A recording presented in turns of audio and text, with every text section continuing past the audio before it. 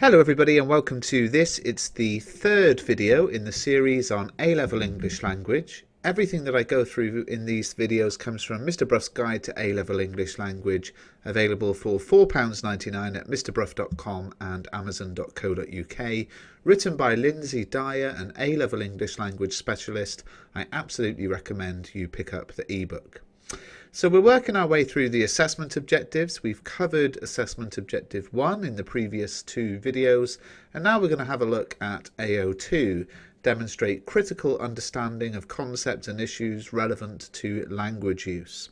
So what does this mean? Well, the first thing I want to look at is critical understanding.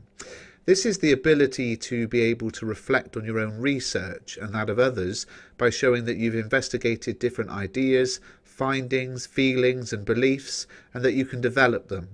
It's also about showing that you appreciate a variety of different approaches, methods and interpretations, and can consider how they can be applied to data from different contexts. The next bit then is concepts and issues. You'll have studied a range of theories, ideas, concepts, issues and debates, as well as conducted some research of your own, and you're being assessed on the way in which you analyse and show your understanding of the theories, ideas, issues and debates about language and the impact that they have on a text. The most commonly studied are those based on gender, power, occupation, representation, ideology, informalization and standardization. Judge carefully which ideas are most relevant and make sure you develop and challenge the findings, especially the more dated ones. So as always in this series, we're thinking about how do I get the grade? You can probably guess, but it's not enough to just name drop theorists on their work. You need to make sure that you use the research to support or challenge the ideas presented in a text. Ask yourself the following useful questions. Are you able to discuss the data or question focus and use your own examples in a convincing way? Can you name and explain research and concepts? Can you explain research and concepts and prove or disprove findings and link back to the question? Can you apply a model to the data? Can you provide different and personal interpretations? Can you develop a successful line of argument? Now you may wonder, how do I integrate conceptual points into my analysis? And it's quite easy. What you have to do is plan your answer so that the inclusion of A02 arises from the exploration of the data. For example, a website aimed at women may contain the imperative "speak now", and you'll explore and analyse the writer's choice of imperative based on genre, audience and purpose, as well as making links to concepts and issues. A typical paragraph might look something like this. The writer's use of imperative in the text aimed at a female audience, "speak now", links to Tannen's difference model, as she explained how men and women have different priorities and features of speech. One of her differences suggests that men prefer orders, whereas women prefer proposals. Therefore, the use of an imperative contradicts Tannen's findings and shows that modern women are now likely to reject the stereotype that they are placid and avoid confrontation. The writer is suggesting that the female readers are willing to defend their beliefs in a powerful way. How cool was that as an example? Lots more examples in the ebook, including whole pieces of coursework for you to look at. So the question then is, well, what are the main research areas and concepts that I should be referring to? And I'm going to go through some in a list now. And this is not a prescriptive list. In other words, it's not everybody you need to look at. These are just some of the most famous.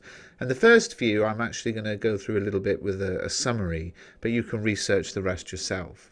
So, under language and power then, you might look at the workings of Paul Grice, who explored the basic rules that people adhere to in conversation, helps us to understand things such as how conflict occurs and how conflict can be avoided.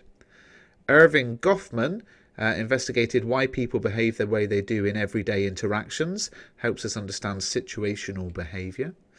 And Howard Giles explored how we adapt to accommodate others in conversation, helps us understand the need to adjust in communicative behaviour. And here are some of the others you might look at as well. Now, as I said, this isn't an exhaustive list, and all of these are in the ebook, so don't think you have to kind of furiously scribble everything down.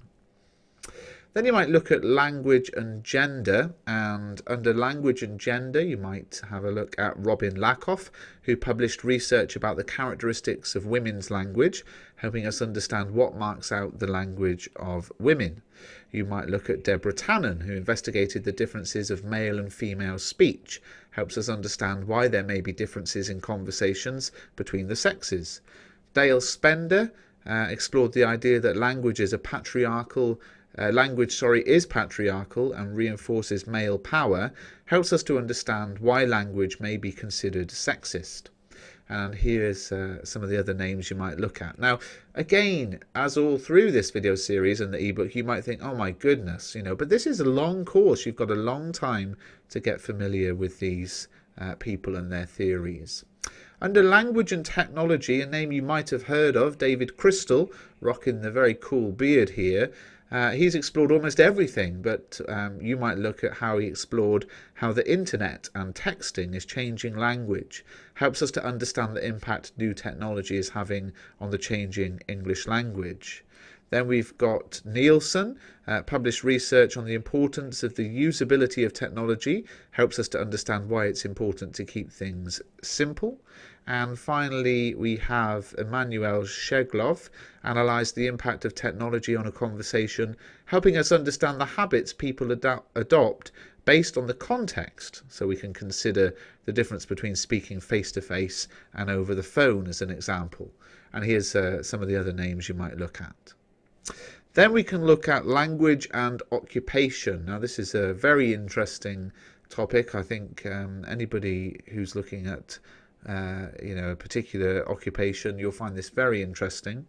John Swales explored how people who share a common set of goals will communicate in similar ways, helps us to understand how people use specialist ways of communicating.